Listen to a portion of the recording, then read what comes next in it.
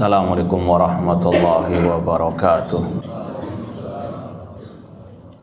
Innal hamdalillah nahmaduhu wa nasta'inuhu wa nastaghfiruh wa na'udzu billahi min syururi anfusina wa min sayyiati a'malina. Man yahdihillahu fala mudhillalah wa man yudlil fala hadiyalah. Ashhadu an la ilaha illallah wahdahu la syarikalah wa ashhadu anna Muhammadan abduhu wa rasuluh. Ya ayyuhalladzina amanu taqullaha haqqa tuqatih wa la tamutunna illa wa antum muslimun. Ya ayyuhan nasu taqu rabbakumul ladzi khalaqakum min nafsin wahidah wa khalaqa minha zawjaha wa batha minhuma rijalan katsiran wa nisaa wattaqullaha alladzi tasaaluna bihi wal arham innallaha kana 'alaikum raqibah. Ya ayyuhalladzina amanu taqullaha wa qulu qawlan sadida yuslih lakum a'malakum wa yaghfir lakum dhunubakum wa may yuti'illaha wa rasulahu faqad faza fawzan 'azima. Amma ba'd, fa inna asaqal hadits kitabullah wa khairal hadi hadi Muhammadin sallallahu alaihi wasallam wa syarrul umuri muhdatsatuha wa kullu muhdatsatin bid'ah wa kullu bid'atin dhalalah wa kullu dhalalatin finnar. Ma'asal muslimin, ikhwani fillah wa akhwati, bapak-bapak, ibu-ibu, saudara-saudari rahimani wa rahimakumullah. Alhamdulillah, segala puji bagi Allah Subhanahu wa taala yang mempertemukan kita kembali dalam kajian kitab Fiqhul Ad'iyati wal Adhkar, fikih doa dan zikir oleh Fadilatul Syekh Dr. Abdul Razak bin Abdul Muhsin Al-Abbad Al-Badr hafidhallahu taala. Semoga Allah Subhanahu wa taala senantiasa menambahkan kepada kita ilmu yang bermanfaat dan al-amal as-soleh. Langsung saja kita lanjutkan pembahasan tentang azkar al-intibah minan naum.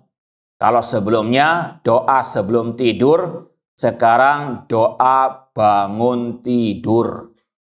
Ada beberapa redaksi dan ada beberapa zikir yang Rasul ajarkan, ya, doa atau zikir setelah tidur atau pada waktu bangun tidur.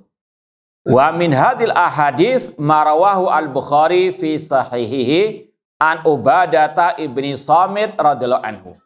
Di antara hadis-hadis tentang doa bangun tidur, apa yang diriwayatkan oleh Imam Bukhari dalam sahihnya dari Ubadah bin Samit radhiyallahu ta'ala anhu, anin Nabi SAW qala, dari Nabi SAW beliau bersabda, man ta'ara minal laili faqala la ilaha illallah wahdahu la syarikalah lahul mulku wa lahul hamdu wa huwa ala kulli syai'in qadir alhamdulillah wa subhanallah wa la ilaha illallah wallahu akbar wala haula wala quwata illa billah.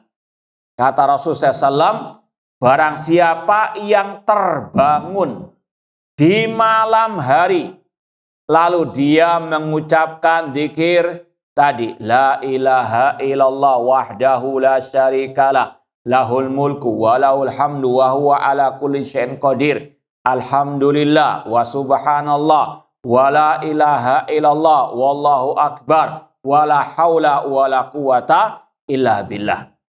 Kemudian Rasul mengatakan summa qala, lalu kalau dia melanjutkan dengan doanya Allahumma firli au da'a ustujib. Kalau dia melanjutkan dengan berdoa, ya Allah ampuni aku, Allahumma firli, atau dia berdoa sesuai dengan ya keinginannya, maka akan dikabulkan. Fa in tawaddo'a qubilas salatuhu. Kalau dia berwudu lalu salat, itu salat malam, maka akan diterima salatnya. Sekali lagi di sini riwayat Imam Al-Bukhari.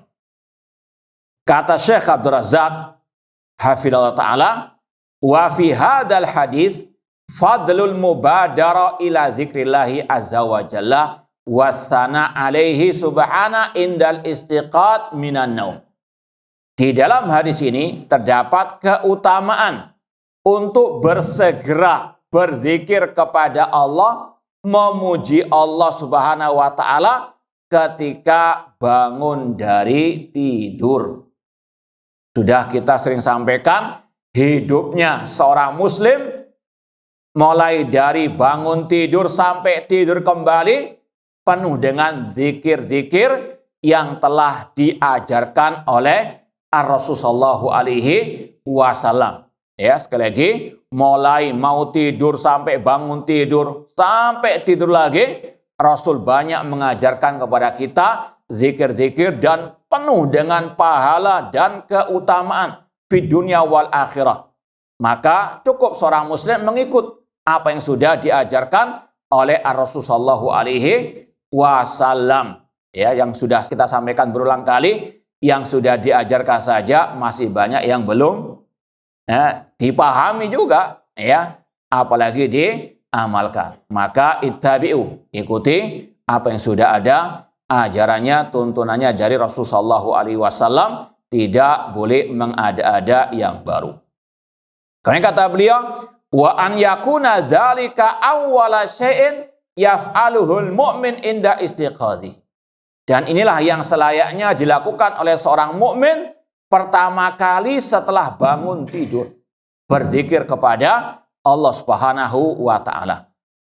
Sudah kita sampaikan banyak versi redaksi yang Rasul ajarkan, ya, sebagaimana doa sebelum tidur, zikir sebelum tidur itu banyak, zikir pagi dan petang itu juga banyak, demikian pula zikir bangun tidur itu juga banyak. Yang penting ada hadis sahih dari Rasulullah sallallahu alaihi wasallam.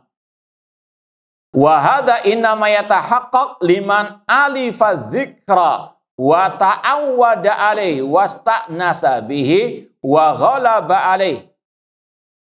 Orang itu bisa langsung berzikir setelah bangun tidur kalau memang sudah terbiasa.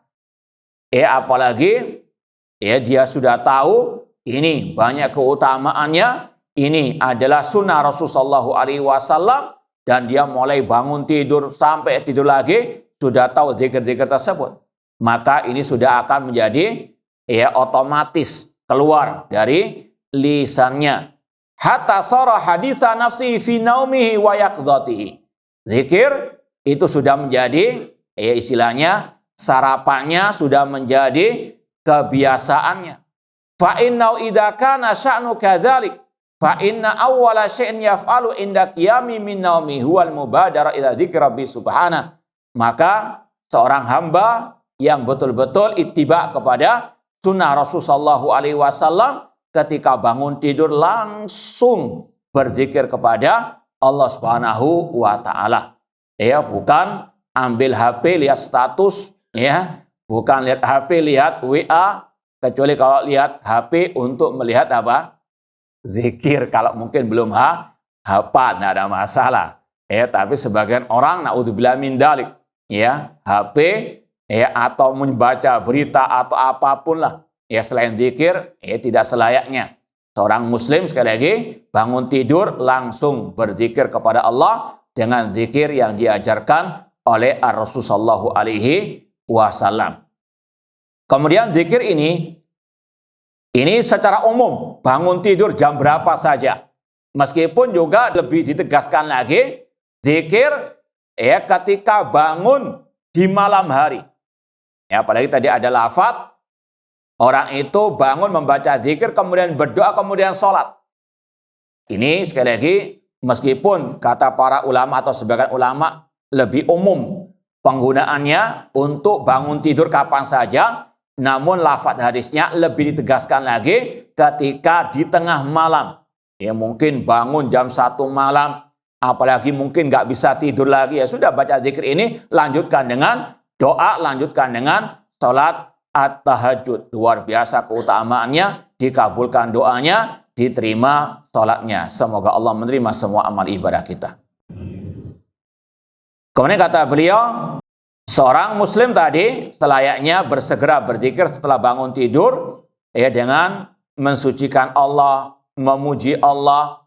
Wa man kana ala hadil hal fa huwa hariyun bi idznillah an yu'ta idza sa'al wa an yustajaba lahu idza da'a. Maka barang siapa yang demikian ini keadaannya, bangun tidur langsung ingat zikir ini, membaca zikir ini, maka insya Allah dia lebih layak untuk dikabulkan permintaannya. Apalagi mungkin ada sebagian dari kita banyak problematika dalam kehidupannya, susah tidur, tidur mungkin jam 11, bangun jam 12, nggak bisa tidur lagi. Sekali lagi tadi baca zikir ini.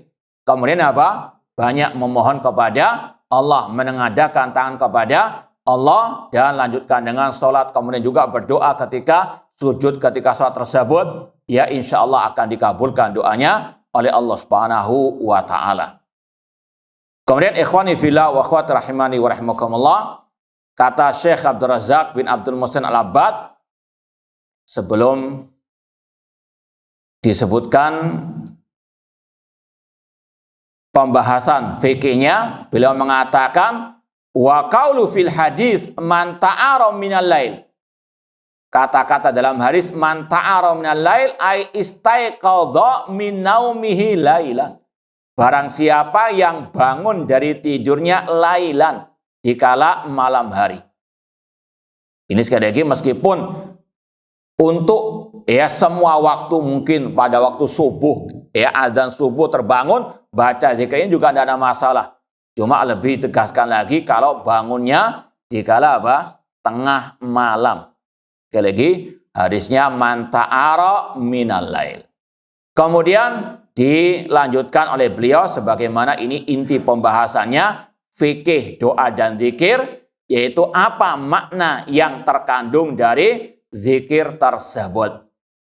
Sekalipun sudah kita berulang kali sampaikan, dalam zikir pagi ada lafaz ini, dalam zikir sebelum tidur juga ada lafaz seperti ini, meskipun nggak sama persis, namun intinya sama. Di sana ada penekanan tentang kalimat tauhid, ada at-tasbih, ada at-tahmid, dan seterusnya. Kata beliau, wa qad bada'a sallallahu alaihi wasallam haulail kalimat bi kalimati tauhid la ilaha illallah. Rasul memulai zikir bangun tidur ini dengan kalimat tauhid. Insya Allah sudah khatam antum pembahasan ini. Coba dites. Paling enggak tidak tidak ngantuk. Apa makna la ilaha illallah yang benar?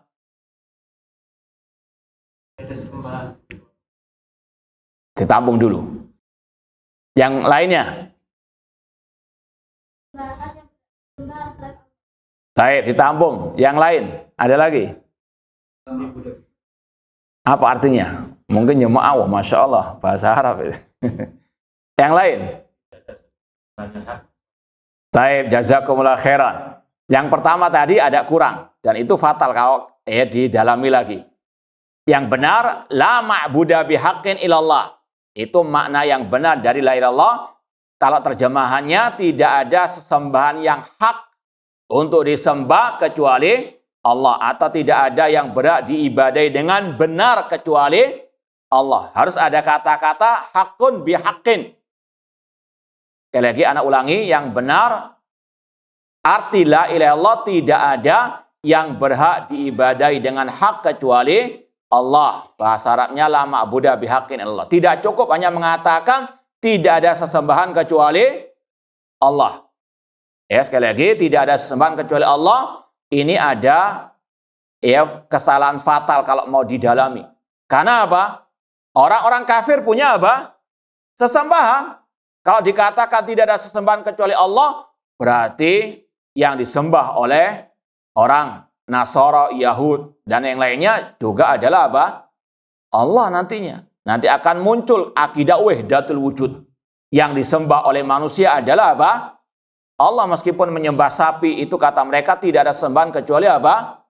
Allah. Paham ya? Ya, tidak ada sesembahan kecuali Allah. Ini sekali lagi bisa mengarah kepada akidah wahdatul wujud, dan itu memang adalah yang dipropagandakan oleh penganut akidah wahdatul wujud. Yang disembah oleh manusia semua itu adalah apa? Allah. Makanya mereka mengatakan nggak salah orang musyrikin menyembah apa? Sapi, karena pada hakikatnya mereka menyembah Allah. Paham ya? Makanya ditekankan di situ tidak ada sesembahan yang hak. Paham dong? Tidak ada yang berhak diibadai dengan hak kecuali Allah. Alhamdulillah sudah kita pernah tulis pembahasan ini menyelami samudra kalimat tauhid. Insya Allah bisa di-download di internet. Ya, ada beberapa kesalahan fatal dalam mengartikan la ilaha illallah. Maka perlu untuk diulang-ulang lagi penjelasan ini. Dan cukup ya kita mengatakan itu makna yang benar dari la ilaha illallah, karena Rasulullah SAW dalam Sahih Bukhari ketika ditanya tentang rukun Islam. Kalau dalam riwayat Umar bin Khattab yang masyhur, ketika Rasul ditanya apa itu al-Islam, Rasul menjawab apa? Asyhadu an la ilaha illallah. Dalam riwayat Abu Hurairah, ketika Rasul ditanya apa itu Islam, Rasul mengatakan anta budallah wala tusyrika bihi syai'a. Islam adalah engkau beribadah kepada Allah, tidak berbuat syirik. Jadi itu yang Rasul artikan tentang la ilaha illallah. Bukan tidak ada Tuhan kecuali Allah, bukan tidak ada pencipta kecuali Allah. Ya, kalau mau dibahas bisa sampai daurah sehari. Ini nggak mungkin sekarang. Baik, intinya la ilaha illallah, la ma'budu bihaqqin illallah. Kemudian Rasul dalam zikir ini menegaskan tentang dua rukunnya. Mu'akkidan maknaha wa madallat alaihi biqaulihi wahdahu la syarikalah. La ilaha illallah wahdahu la syarikalah.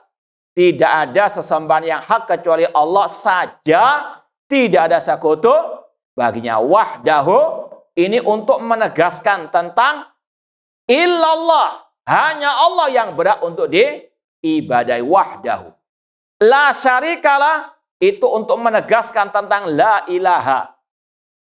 Dites lagi biar nggak ngantuk. La ilaha illallah memiliki dua rukun. Apa itu?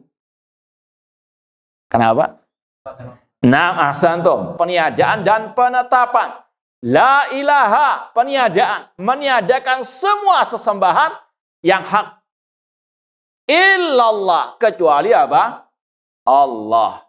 Ya, la ilaha peniadaan. Itu ditegaskan dalam kalimat la syarika, tidak ada sekutu bagi Allah.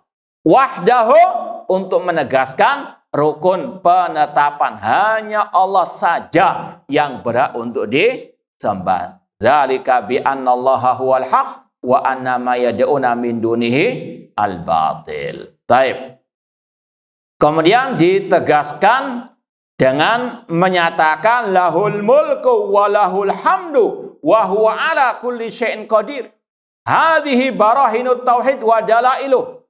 Kata Syekh Abdul Razak, ditekankan masalah la ilaha illallah. Kenapa Allah yang berhak disembah saja, tidak ada sekutu baginya? Karena Allah yang memiliki kekuasaan di alam semesta ini. Allah Al-Khaliq, Allah Al-Malik, Allah Al-Mudabbir. Ini yang pernah mungkin kita sampaikan, tauhid rububiyah mengharuskan tauhid al-uluhiyah.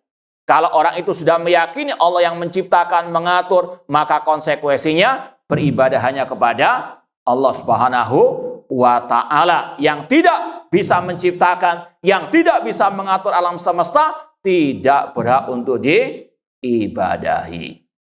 Kemudian ditambah lagi dengan zikir tadi, alhamdulillah, segala puji bagi Allah. Ini kalau mau dijelaskan, alhamdulillah itu maknanya kata Syekh Muhammad bin Utsaimin, ini sebagaimana dalam surah Al-Fatihah, alhamdulillah. Alhamdu itu maknanya memuji zat yang memiliki sifat yang sempurna dengan didasari oleh rasa cinta dan rasa pengagungan. Ya, kalau kita membaca alhamdulillah itu ada makna memuji Allah dengan semua sifat yang sempurna yang dia miliki dengan rasa cinta dan rasa pengagungan. Kemudian wa subhanallah, maha suci Allah. Ini sudah kita sampaikan, mensucikan Allah dari sekutu, mensucikan Allah dari yang tidak layak bagi Allah Subhanahu wa ta'ala. Itu juga bentuk penegasan tentang la syarikalah, maha suci Allah. Allah tidak boleh disekutukan dengan selainnya. Itu makna daripada subhanallah. Kemudian ditegaskan lagi, wala ilaha illallah. Tidak ada sesembahan yang hak kecuali Allah. Kemudian wallahu akbar. Kalimat takbir, Allah yang maha besar. Dan ini yang kita kumandangkan ketika Idul Fitri kemarin. Dan itu maknanya luar biasa kata para ulama. Kita wajib meyakini Allah yang maha besar. Allah lebih besar dari segala-galanya. Maka konsekuensi mengucapkan takbir, hati seorang muslim hanya tawakal kepada Allah. Dia berharap hanya kepada Allah. Dia tidak takut kecuali hanya kepada Allah. Dia betul-betul mengagungkan Allah dalam segala keadaannya. Kemudian 4 kata tadi, alhamdulillah, wa subhanallah, wa la ilaha illallah, wallahu akbar. Ini yang Rasul sebutkan dalam banyak redaksi hadis, termasuk zikir yang sangat dianjurkan diucapkan di berbagai macam keadaan, dan keutamaannya banyak sekali. Dan diantaranya kata Rasul, ahabbul kalam ilallahi ta'ala arbaun. Ada 4 kalimat yang paling dicintai oleh Allah Subhanahu wa ta'ala. La yadurruka bi ayyihinna bada'ta. Dimulai dari lafaz yang mana saja tidak memadaratkanmu. Boleh dari takbir dulu, boleh dari tahmid dulu. Ya, kemudian kata Rasul, subhanallah, walhamdulillah, wala ilaha illallah, wallahu akbar. Kata Rasul, dimulai dari mana saja tidak ada masalah. Di zikir bangun tidur dimulai dengan alhamdulillah. Di sini Rasul mulai dengan apa? Subhanallah, subhanallah, walhamdulillah, wala ilaha illallah, wallahu akbar. Dan penulis Syekh Abdul Razak punya kutip khusus tentang 4 kalimat ini, tentang keutamaannya. Ini yang sudah terjemahan. Meraih fadilah 4 kalimat mulia. Mungkin kita taruh di masjid ini, barangkali ada yang mau membaca, silahkan. Kemudian, ikhwani fillah wa akhwati rahimani wa rahimakumullah, Rasul sallallahu alaihi wasallam mengatakan barang siapa yang mengucapkan kalimat tadi dengan tambahan tadi wala haula wala quwata illa billah, di situ ada minta pertolongan kepada Allah. Kemudian kalau orang itu membaca zikir tersebut lalu berdoa, Allahumma firli ustujibah, maka akan dikabulkan. Ya, doanya ataupun istighfarnya diampuni oleh Allah, ataupun dia berdoa akan dikabulkan oleh Allah Subhanahu wa ta'ala. Ya, tentunya ada adab-adab dalam doa, dan tentunya syarat-syarat diterimanya doa itu ada pembahasan yang lainnya. Ya, orang itu berdoa, namun kalau dia makanannya dari yang haram, korupsi ataupun mencuri ataupun merampas hak orang lain, maka bagaimana akan dikabulkan oleh Allah Subhanahu wa ta'ala.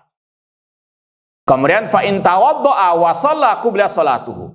Kalau orang itu berwudu, selesai membaca zikir tadi, lalu salat, maka sekali lagi ini akan dikabulkan doanya, diterima salatnya.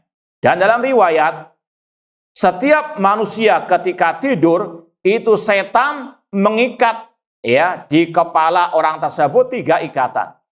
Kalau orang itu berzikir selesai bangun tidur tadi, maka 1 ikatan akan lepas. Kalau dia berwudu, lepas lagi yang kedua. Kalau dia sholat, lepas yang ketiga. Terbebas dari belenggu asyaitan. Maka setiap muslim atau muslimah selayaknya betul-betul memahami sunnah Rasulullah SAW di mana dan kapan saja dia berada, agar hidupnya barokah, agar hidupnya betul-betul mendapatkan banyak keuntungan fi dunia wal akhirah. Baik, kita cukupkan sekian. Kalau mungkin ada pertanyaan, masih ada 5 menit. Baik, ada yang mau ditanyakan? Ya, silakan.